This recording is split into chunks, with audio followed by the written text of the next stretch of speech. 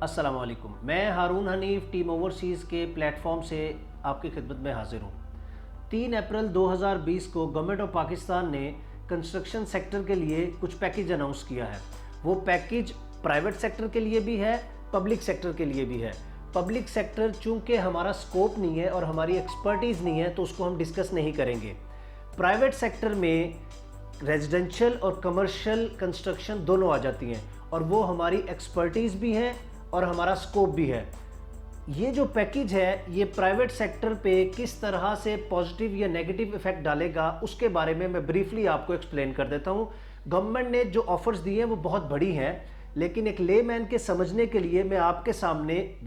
وہ 4 پوائنٹس رکھوں گا جو ہر ایک عام آدمی کو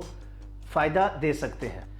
گورنمنٹ آف پاکستان نے پہلا پوائنٹ یہ کہا ہے کہ آپ کو کنسٹرکشن پہ ایمنسٹی اسکیم دی جاتی ہے۔ ایک سادہ الفاظ میں وہ یہ ہے کہ آج سے 2022 جون تک آپ کوئی بھی کنسٹرکشن میں پیسہ لگائیں گے، چاہے وہ ریزیڈنشل کنسٹرکشن ہے یا کمرشل کنسٹرکشن ہے، اور کوئی بھی پرپس ہو اس کا، چاہے وہ آپ کے اپنے استعمال کے لیے ہو، چاہے وہ رینٹل پرپس ہو یا وہ سیل کے لیے ہو،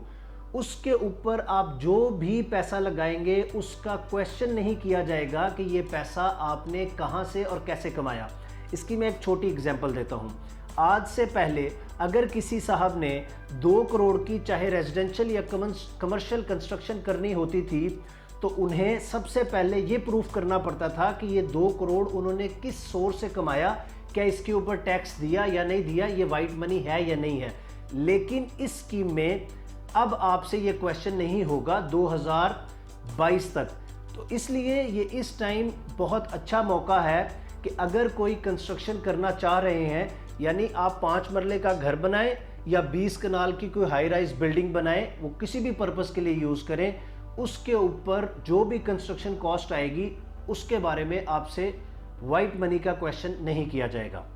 دوسرا پوائنٹ سیل ٹیکس اور ایکسائز ڈیوٹیز کی ریڈکشن ہے۔ یہ وہ پوائنٹ ہے جو ہر ایک عام انسان کو پازیٹیو ایفیکٹ دے گا، یعنی وہ لوگ جو اپنا گھر یا کوئی کمرشل بلڈنگ بنانے کا ارادہ رکھتے ہیں ان کے لیے یہ گولڈن چانس ہے۔ گورنمنٹ آف پاکستان نے جو پالیسی نئی اپنا رہی ہے اس میں وہ سیل ٹیکس اور ایکسائز ڈیوٹی، سیل ٹیکس یعنی جو پاکستان کے اندر جو چیزیں ہماری پروڈیوس ہو رہی ہیں اس کے اوپر سیل ٹیکس کو کم کر رہی ہے، جو کہ 4.5% تھی مٹیریل کے اوپر، یعنی اگر کسی نے 1 کروڑ کا مٹیریل خریدنا ہے تو اس کو 4.5 لاکھ روپیہ سیل ٹیکس دینا پڑتا تھا، اور جی ایس ٹی تھی 8 سے لے کر 16%، وہ بھی آپ کو دینی پڑتی تھی۔ فار ایگزامپل یہ آپ کو سیمنٹ پہ، سٹیل پہ، کرش پہ، جو بڑی بڑی آپ کی ایسی پروڈکٹس تھیں ان پہ آپ کو یہ جی ایس ٹی بھی پڑتا تھا۔ گورنمنٹ آف پاکستان اس کو کم کر رہی ہے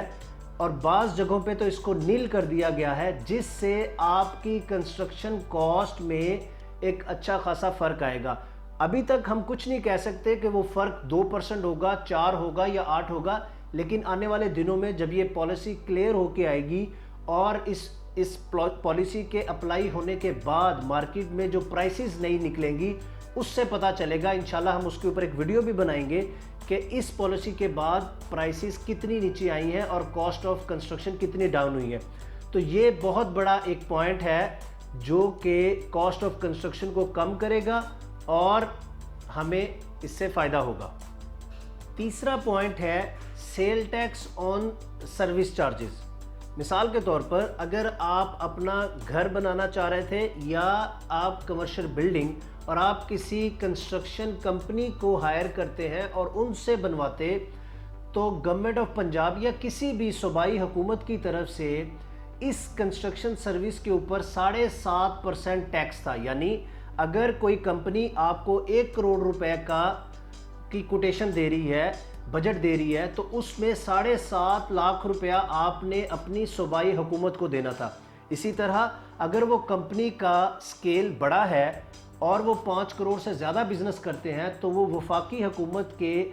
جنرل سے ٹیکس کے انڈر بھی آئیں گے، جس کے چارجز تھے 8 سے 16% آن سروس چارجز۔ تو یعنی کہ اگر میں ان کو عام زبان میں سمجھاؤں تو اگر آپ کسی کمپنی سے کنسٹرکشن کرواتے اور وہ کنسٹرکشن کمپنی رجسٹرڈ ہوتی تو وہ 7.5% آپ کی صوبائی حکومت کو پے کرتے اور 8 سے 16% وفاقی حکومت کو پے کرتے. یعنی 1 کروڑ کے کام کے اوپر آپ کو 15 سے 25 لاکھ روپے تک سیل ٹیکس عائد ہو سکتا تھا. اس کیس میں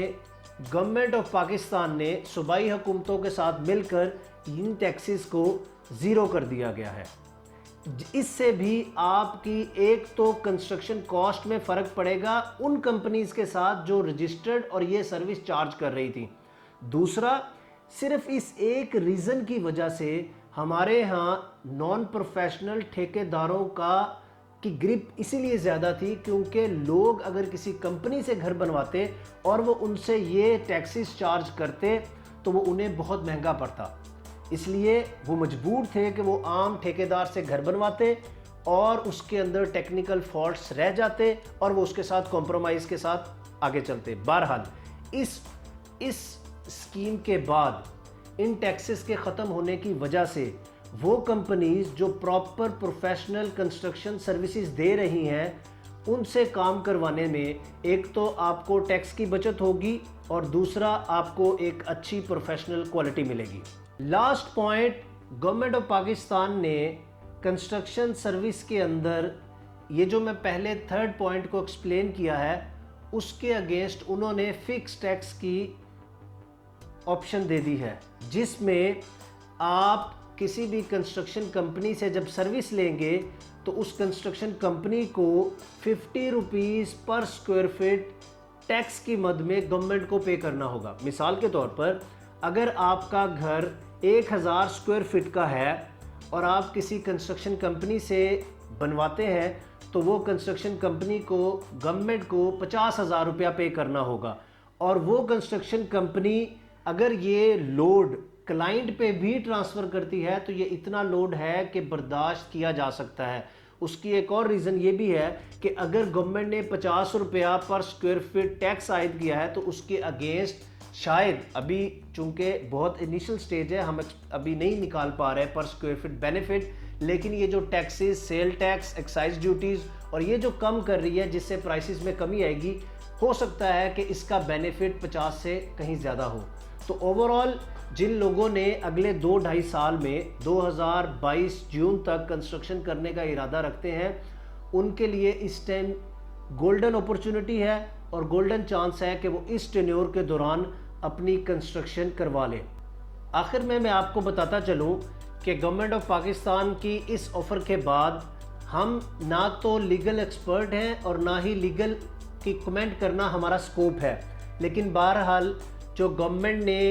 یہ پالیسی نکالی اس کے تحت جو چیز ہمیں سمجھ آئی اور جو ہماری سکوپ اور ہماری ایکسپرٹیز سے ریلیٹڈ تھی، ہم نے کوشش کی کہ اس کو ایک عام زبان میں ایک لے مین کے لیے اس کو ایکسپلین کر سکے.